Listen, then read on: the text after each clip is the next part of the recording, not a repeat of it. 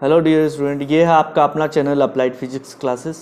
आज हम लोग यूनिट 2 यानी करंट इलेक्ट्रिसिटी का आगे का लेक्चर डिस्कस करेंगे। इसमें आज के टॉपिक में हम लोग ओम्स लॉ को कवर करेंगे और इसका हम लोग डेरिवेशन भी फाइंड करेंगे। तो बहुत ही आसान सा टॉपिक है, ग्राफ्स वगैरह सब भी हम लोग देखेंगे इसमें। तो आप लोग ध्यान से देखिए, सारा कुछ समझ में आएगा, कोई प्रॉब्लम नहीं है। तो चलो हम लोग आज का टॉपिक यहाँ पर हेडिंग लगाते हैं Ohm's law. Ohm's law, Ohm's law यानी ओम का नियम, ये आप लोग 10th क्लास में भी पढ़े होंगे पहले, और यहाँ पर भी थोड़ा सा इसका डिस्कशन है, तो हम लोग देख लेते हैं। तो ओम्स लॉ में है क्या बेसिकली, इसमें हम लोग जान रहे हैं, जैसे हम एक फिगर यहाँ पर बना रहे हैं कि जैसे सपोज करो ये हमारा एक कंडक्टर वायर है, ठीक है, ये हमारा एक कंडक्टर वायर है, और इस कंडक्टर वायर से कब करंट फ्लो होगा, जब हम इसको क्या करेंगे, किसी बैटरी या सेल से कनेक्ट करेंगे। यानी इसके ये एंड और ये एंड के बीच जब तक हम पोटेंशियल अप्लाई नहीं करेंगे तब तक इससे कोई करंट फ्लो नहीं होगा। ये सब डिस्कस हम लोग पहले प्रीवियस लेक्चर सब में कर चुके हैं, ठीक है। तो आज हम थोड़ा शॉर्ट में बता रहे हैं, देखो ध्यान दो। तो ये रहा, हमने भी पोटेंशियल अप्लाई किया across the ends of the conductor, है ना। पोटेंशियल डिफरेंस कितना है हमारा, भी है। और हम देख रहे हैं due to this potential difference भी यहाँ से कुछ ना कुछ अमाउंट में करंट फ्लो होने लगा है ना। सपोज कर लेते हैं ये करंट का अमाउंट कितना है, आई है। तो ओम का लॉ क्या कह रहा है, इसमें एक चीज़ ध्यान देना है हम लोगों को कि एट कांस्टेंट टेम्परेचर, है ना, ओम्स का जो लॉ हम लोग देख रहे हैं ये कांस्टेंट टेम्परेचर पर और कांस्टेंट फिजिकल कंडीशन पर हम लोग देख रहे हैं। अगर आप बेसिकली होता क्या है कि अगर आपका टेम्परेचर कांस्टेंट नहीं रहेगा, अगर आपका टेम्परेचर कांस्टेंट नहीं रहेगा तो विद राइज इन टेम्परेचर इसका जो रेजिस्टेंस है वायर का वो भी इंक्रीज करेगा, और टेम्परेचर अगर घटेगा तो रेजिस्टेंस भी क्या होगा, डिक्रीज करेगा। तो देयरफॉर वहां पर करंट में वेरिएशंस मिलेगा हमको, है ना। फॉर सेम पीडी हमारा डिफरेंट करंट आ सकता है। तो इसलिए ये चीज ध्यान रखना है कि जो टेम्परेचर है ना वो कांस्टेंट होना चाहिए। टेम्परेचर क्या होना चाहिए, कांस्टेंट होना चाहिए। ये बहुत मेन इंपॉर्टेंट चीज है ओम्स लॉ का प्रूफ में, ओम्स लॉ का वेरिफिकेशन में या ओम्स लॉ में, ठीक है ना। ये चीज ध्यान रखना है कि टेम्परेचर हमारा क्या होता है, ये कांस्टेंट होता है। टेम्परेचर ना ही इंक्रीज होना चाहिए ना ही डिक्रीजिंग होना चाहिए। तो एट कांस्टेंट टेम्परेचर हम जो देखेंगे यहाँ पर, आप इस कंडक्टर के एंड्स जो भी पोटेंशियल अप्लाई करेंगे which is directly proportional to the current flowing through that conductor.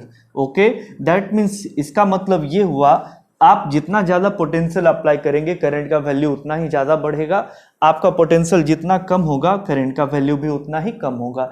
जैसे सपोज करो कि अगर हमने 12 वोल्ट का बैटरी अप्लाई किया है और करंट फ्लो हो रहा है 4 एम्पियर का, ठीक है ना। तो अगर हम 6 वोल्ट का पोटेंशियल डिफरेंस अप्लाई करते हैं, आधा कर दिए हैं, तो करंट भी क्या हो जाएगा, हाफ हो जाएगा।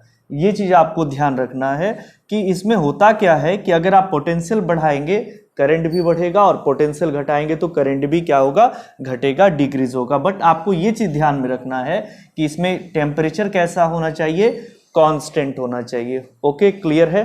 तो चलो अब हम लोग ओम्स लॉ को इस प्रकार से राइट करेंगे, लिखेंगे at constant temperature, at constant temperature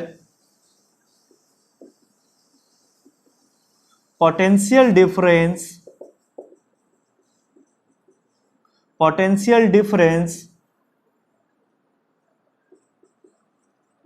across the ends of a conductor, across the ends of a conductor is directly proportional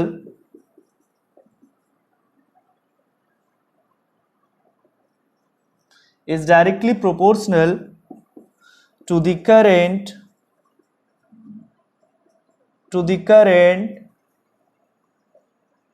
flowing through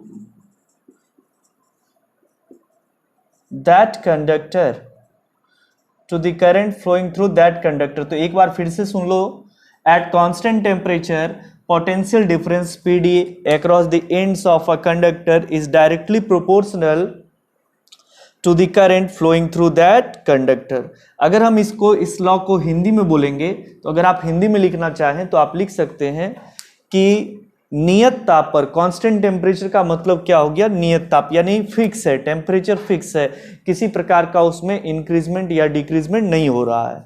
तो नियत ताप पर किसी चालक के सिरों के बीच आरोपित विभवांतर, किसी चालक के सिरों के बीच आरोपित विभवांतर, पोटेंशियल डिफरेंस का मतलब क्या है, विभवांतर, उस चालक से प्रवाहित होने वाली धारा का क्या होता है, सीधा समानुपाती होता है। यही हमारा क्या है, ओम्स लॉ है। तो एक बार फिर से सुनो सब, नियत ताप पर किसी चालक के सिरों के बीच आरोपित विभवांतर, नियत ताप पर किसी चालक के सिरों के बीच आरोपित विभवांतर उस चालक से प्रवाहित होने वाली धारा का सीधा समानुपाती होता है। This is Ohm's law.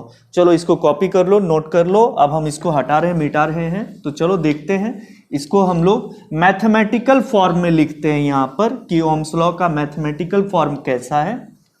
तो चलो देखते हैं। अब जो ये लैंग्वेज है इसे हम मैथमेटिकल फॉर्म में चेंज कर लेंगे तो हमारे पास एक फॉर्मूला आ जाएगा, ठीक है, वो उसका हम लोग यूज करेंगे फिर आगे चल के। तो चलो देखते हैं। अभी जैसा कि हम लोग फिगर देख रहे थे, a V is equal to, ये क्या है, PD across the ends of the conductor. V is equal to what, which is PD across the ends of the conductor, and I is equal to क्या हो जाए हमारा, ये हो जाए current. I is equal to क्या है, current. Therefore from Ohm's law, इसलिए ओम के नियम से क्या हो जाएगा, तो चलो ध्यान देते हैं, पोटेंशियल डिफरेंस यानी ये जो V है ये डायरेक्टली प्रोपोर्शनल हो जाएगा current flowing through the conductor. या हम लोग यहां पर कर सकते हैं V इज इक्वल टू, अब ये प्रोपोर्शनल हटाओ तो यहां पर एक कांस्टेंट लगेगा, ये रहा R इंटू क्या हो जाएगा I। V is equal to R into I, where R is equal to constant, जहां ये R क्या है, कांस्टेंट है। अब देखो यहां पर ध्यान दो, जहां पर R क्या है, ये कांस्टेंट है, which is called the resistance।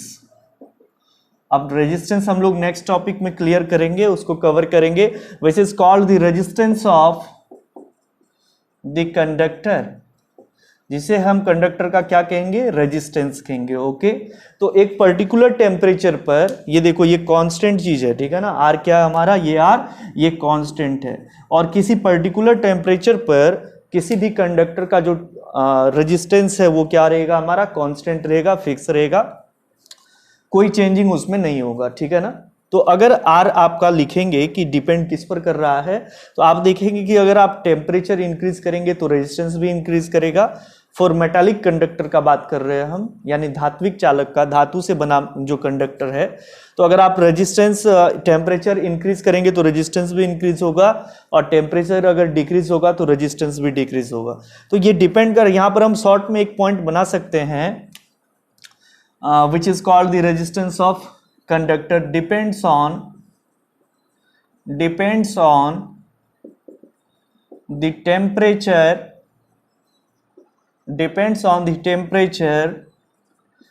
and dimension।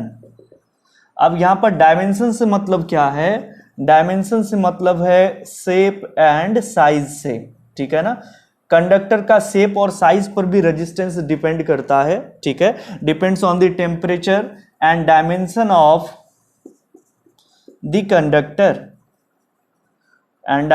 of the conductor तो जहां पर R क्या हमारा कांस्टेंट है, जिसे इस कांस्टेंट को हम लोग क्या कहते हैं, रेजिस्टेंस कहते हैं। और ये किस पर डिपेंड कर रहा है, depends on the temperature and dimension. Dimension का मतलब है शेप और साइज, क्या साइज का कंडक्टर है, क्या शेप है उसका, उस पर भी ये रेजिस्टेंस डिपेंड करता है। और ये एक तरीके से हमारा ओम्स लॉ है। तो आप यहां पर देख रहे हैं, ये जितनी भी बातें हो रही है इसमें ये चीज ध्यान रखना है, ये एट कांस्टेंट टेम्परेचर है।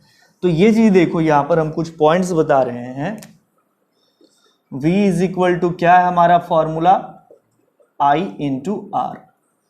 तो अगर हम इससे R का फॉर्मूला देखेंगे और R is equal to formula क्या हो जाएगा, V अपॉन I हो जाएगा। R is equal to formula हमारा क्या रह जाएगा, V अपॉन I।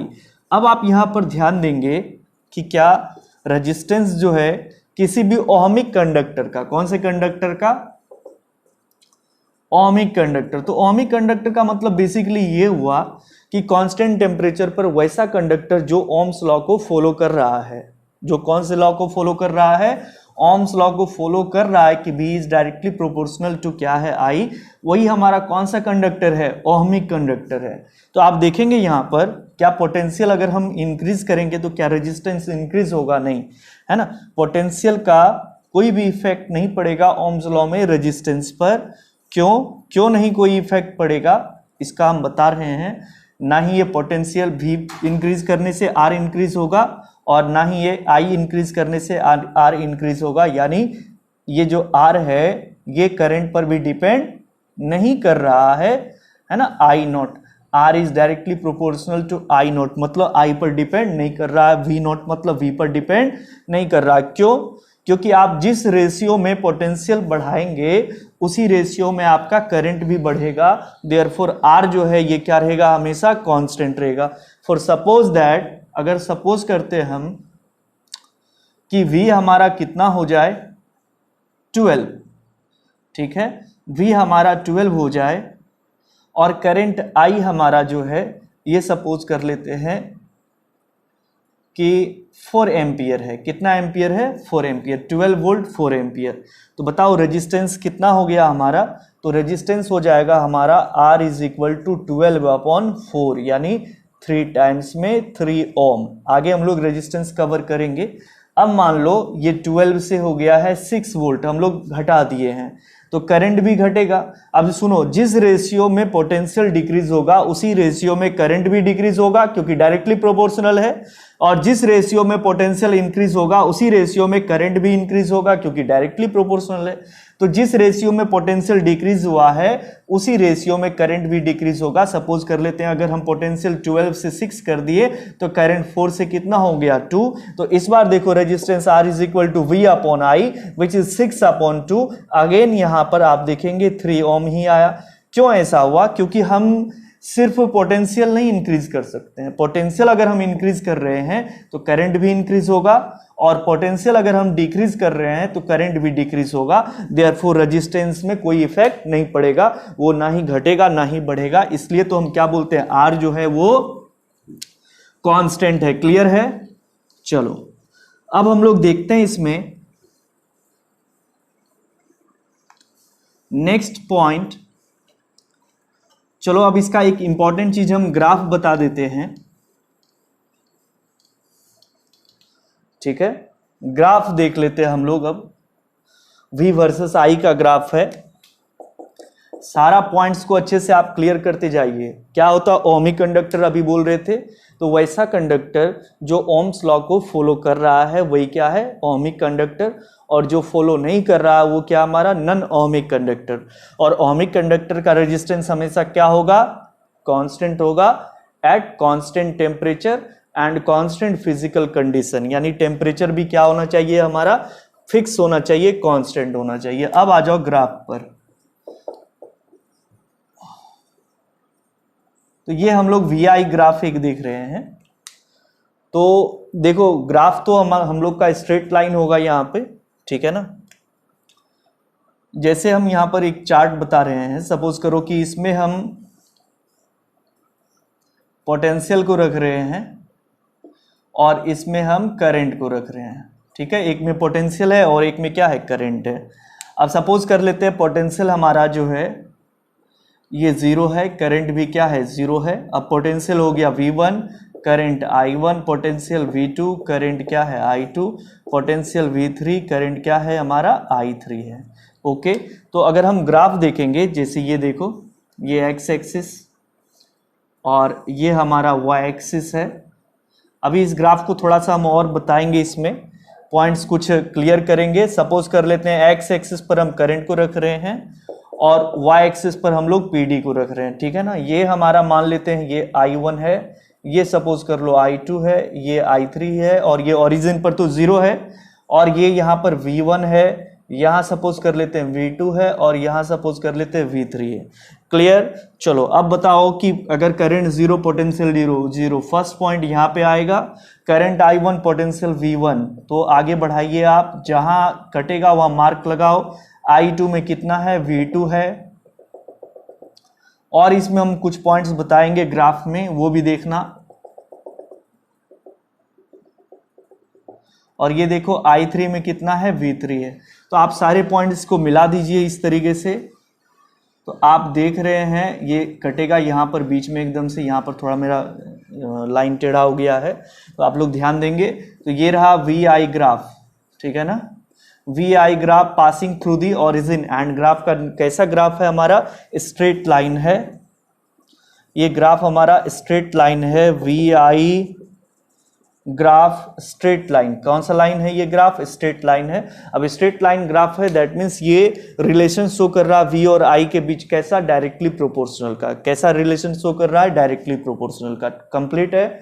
चलो अब आगे हम लोग देखते हैं, इसमें एक और पॉइंट हम बता रहे हैं, एक बहुत ही फाइन ग्राफ बता रहे हैं। इस ग्राफ को देखो तुम लोग, ये बड़ा काम का चीज है। जैसे हम लोग देखते हैं, जैसे अगर हम लोग यहां पर देखें कि ये हमारा एक्स एक्सिस है, ये भी VI ग्राफ ही है, और ये हमारा Y एक्सिस है, और ये हमारा ओरिजिन है। क्लियर है? अब सपोज कर लो एक कंडक्टर, हमारे पास 2 कंडक्टर है, ठीक है ना, ये कंडक्टर 1 और ये यहां पर कंडक्टर मान लेते हैं हम 2, ठीक है ना, ये ओरिजिन है। ये यहां पर हम लोग PD दिखाएंगे, और इस पर हमारा क्या है? एक्स एक्सिस पर करंट है, और Y पर क्या है? PD है। अब देखो यहां पर कंडक्टर 1 और 2 में हम कुछ पैरामीटर ले रहे हैं ये ग्राफ का, तो देखो ध्यान दो यहां पर। जैसे कंडक्टर 1, इसका जो स्लोप है वो θ1 है, और इसका जो टेम्परेचर है, ये स्लोप दैट मीन्स एंगल है θ1, और इसका जो हमारा टेम्परेचर है, ये टेम्परेचर सपोज कर लो कि यहां पर हमारा क्या है? T1, तो कुछ ना कुछ रेजिस्टेंस भी आएगा, और रेजिस्टेंस सपोज कर लेते क्या? R1। तो ये देखिए ये ग्राफ है हमारा कि ये θ1 स्लोप पर एक कंडक्टर है हमारा, ये कंडक्टर 1 है, और ये कितने स्लोप पर? θ1 स्लोप पर, और कितने टेम्परेचर पर? T1 टेम्परेचर पर। कितना रेजिस्टेंस शो कर रहा है? R1, समथिंग रेजिस्टेंस इसका R1 है, ठीक है ना। ये चीज ध्यान रखना है। कैसे हम इसका फाइंड करते हैं, है ना, रेजिस्टेंस कैसे फाइंड करेंगे हम? VI ग्राफ से, है ना। अभी आप प्रीवियस ग्राफ भी बताए, उसमें भी आप फाइंड कर सकते हैं। ये देखो स्लोप से, हमेशा जब भी हमको रेजिस्टेंस फाइंड करना हो, VI ग्राफ का रेजिस्टेंस अगर फाइंड करना हो, तो हम लोग स्लोप का हेल्प लेंगे, और स्लोप मतलब हम लोग क्या निकालेंगे? tan theta. यहाँ पर θ1 दिख रहा है, अब tan का एंगल है तो P/B। अब P पर बताओ क्या दिख रहा है हमारा? PD, और B पर क्या हमारा? करंट। तो ये देखिए PD divide by current, PD divide by current, यही तो है हमारा रेजिस्टेंस। और यहाँ पर रेजिस्टेंस क्या दिख रहा है हमको? R1। अब आ जाओ, एक हमारा कंडक्टर 2 है, ये हम सपोज कर लेते हैं कितने एंगल पर देख रहे हैं? स्लोप पर θ2 पर, और कितने टेम्परेचर पर? T2 पर। तो इसका रेजिस्टेंस चेंज होगा R2, क्यों? क्योंकि स्लोप भी चेंज है और टेम्परेचर भी चेंज है, तो फाइनली रेजिस्टेंस भी क्या होगा? चेंज होगा ही होगा। तो आप यहाँ पर क्या देख रहे हैं कि जैसे ये देखो, इसका अगर हम ग्राफ यहाँ पर खींचे तो ये इस प्रकार से कुछ है। ये देखो कंडक्टर 2 है ये, और कितने टेम्परेचर पर? T2 पर, और इसका स्लोप देखो क्या हमारा? θ2, तो इसका समथिंग रेजिस्टेंस होगा, सपोज कर लेते वो रेजिस्टेंस क्या हमारा? R2। तो आप यहाँ पर फाइनली ये देख रहे हैं कि इसका स्लोप क्या है? ज्यादा, है ना। तो more slope that means more resistance, ज्यादा, जितना ज्यादा स्लोप होगा उतना ही ज्यादा रेजिस्टेंस होगा। तो अब आप लोग ये सीख गए हैं कि बताओ कंडक्टर 1 का रेजिस्टेंस ज्यादा होगा या 2 का? आप क्या बोलेंगे? 2 का रेजिस्टेंस ज्यादा होगा। क्यों होगा ज्यादा? क्योंकि इसका स्लोप क्या है? ज्यादा। ठीक है, कंप्लीट है। तो आप देख रहे हैं θ1 यानी θ2 सॉरी θ2 इज ग्रेटर देन θ1, यानी दूसरे कंडक्टर का स्लोप जो है वो पहले से क्या है, ज़्यादा है। तो टेम्परेचर भी हम क्या देख रहे हैं, दूसरे का पहले से क्या है, ज़्यादा है। Therefore finally R2 is also greater than R1, ठीक है ना। इसमें भी अगर आप लोग जो है फाइंड करना चाहते हैं, क्या फाइंड करना चाहते हैं, यही रेजिस्टेंस R2, तो आप लोग वही स्लोप का फॉर्मूला लगाएंगे, slope that means what, tan theta, और यहां पर आप क्या लेंगे, tan θ2, and tan θ2 is equal to क्या होगा, पोटेंशियल डिफरेंस डिवाइडेड बाय हम लोग क्या लिखेंगे, करंट, ठीक है ना। तो यहां पर आपको रेजिस्टेंस क्या देखने को मिलेगा, क्या देखने को मिलेगा, R2 which is greater than what, which is greater than R1, ठीक है ना। R2 is greater than R1। तो ये बड़ा इंपॉर्टेंट ग्राफ है, जब भी आपको रेजिस्टेंस फाइंड करना हो फ्रॉम VI ग्राफ, तो आप लोग क्या फाइंड करेंगे, स्लोप फाइंड करेंगे। चलो ये था हमारा बहुत मेन इंपॉर्टेंट पॉइंट था ग्राफ का, इसको आप लोग अच्छे से उतार लेंगे। चलो अब हम इसको मिटा रहे हैं।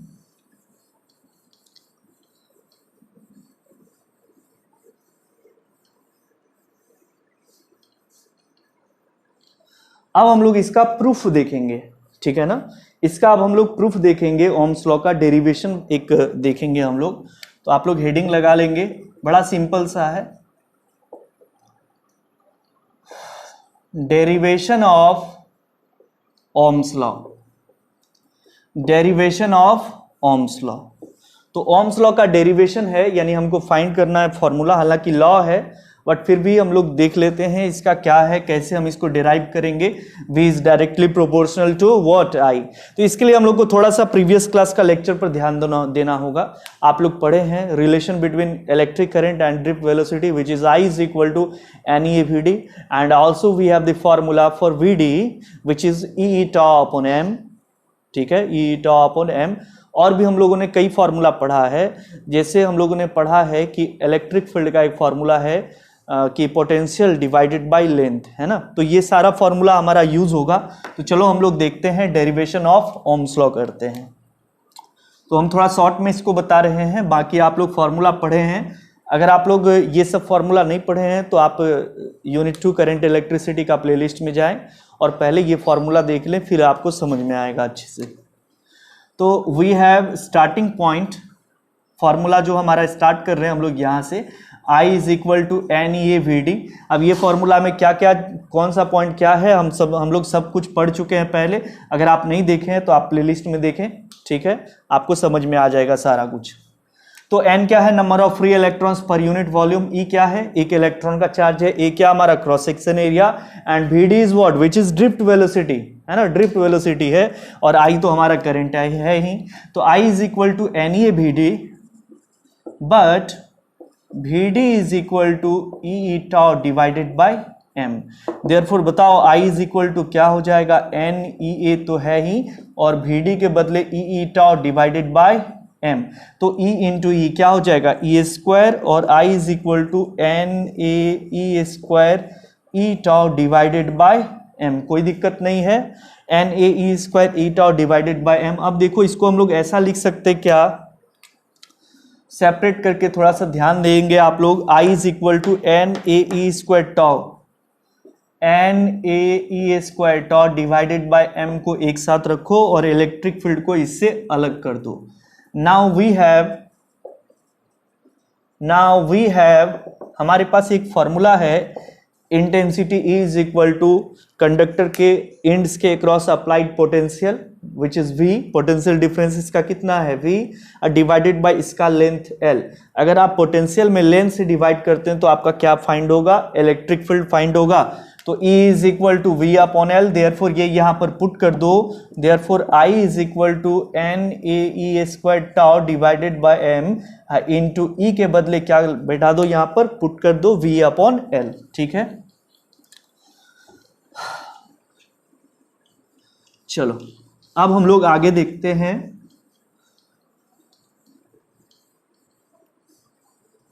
इसको मिटा देते हैं, सारे पॉइंट्स को नोट करते जाना है अच्छे से आप लोग को, और हर एक पहले का जो लेक्चर अपलोड किया गया है सीरियल वाइज वो आपको अच्छे से कवर हो जाना चाहिए, तभी ये सब चीज़ समझ में आएगा। तो सिंसियर रूप से जो है क्लास करते रहना है, आपको वीडियो देखते रहना है, सारा पॉइंट्स अपने आप क्लियर होगा। अब कोई वीडियो पीछे वाला देखोगे नहीं, आप डायरेक्ट आज का वीडियो पे हिट करोगे तो वो समझने में प्रॉब्लम होगा थोड़ा सा। तो चलो हम लोग देखते हैं। अब यहाँ पर ये जो V है ना पोटेंशियल डिफरेंस, इसको इससे डिवाइड में लाओ इसका, तो और I upon V is equal to, बताओ राइट साइड में क्या रहेगा, NaE square tau divided by ml। चलो अब इसको पलट लो यहाँ पर, तो I अपॉन V को V अपॉन I कर दो, तो ml divided by NaE square tau हो जाएगा, ml divided by NaE square tau. अब ये चीज यहाँ पर देखो, अगर हम इसको ओम्स लॉ का स्टैंडर्ड इक्वेशन से भी जो है कंपेयर करते हैं, तो ये देखो V अपॉन क्या दिख रहा है हमको, I, ठीक है ना। और किसी भी स्पेसिफिक कंडक्टर के लिए ये क्या है, m मास इलेक्ट्रॉन का, L क्या है लेंथ ऑफ कंडक्टर, N क्या है number of free electrons per unit volume, A क्या हमारा क्रॉस सेक्शन एरिया, E क्या है इलेक्ट्रॉनिक चार्ज, और टाउ क्या हमारा रिलैक्सेशन टाइम, टाउ क्या है रिलैक्सेशन टाइम। और किसी भी पर्टिकुलर कंडक्टर के लिए ये जो आप मास देख रहे हैं of electron, length of conductor, number of free electrons per unit volume, cross section area, electronic charge and relaxation time, ये सारा का सारा चीज क्या होगा, ये कांस्टेंट होगा। क्या होगा, कांस्टेंट होगा। देयरफॉर आप चाहें तो यहां पर V upon I is equal to क्या कर सकते हैं, R कर सकते हैं, V upon I is equal to R, क्योंकि आप देख रहे हैं किसी भी कंडक्टर में ये जो formula ml upon NaE square tau है, ये एक रेजिस्टेंस का ही रोल फॉलो कर रहा है ना, रेजिस्टेंस का ही ये जो है रोल दिखा रहा है अपना, यानी ये चीजें क्या है, कांस्टेंट है, फिक्स है, और इसे हम लोग रेजिस्टेंस के नाम से जानेंगे उस पर्टिकुलर कंडक्टर का। देयरफॉर V अपॉन I के बदले आप R कर सकते हैं, और ये हमारा है क्या, ये तो हम बार बार लिख रहे हैं, ये क्या है, कांस्टेंट है।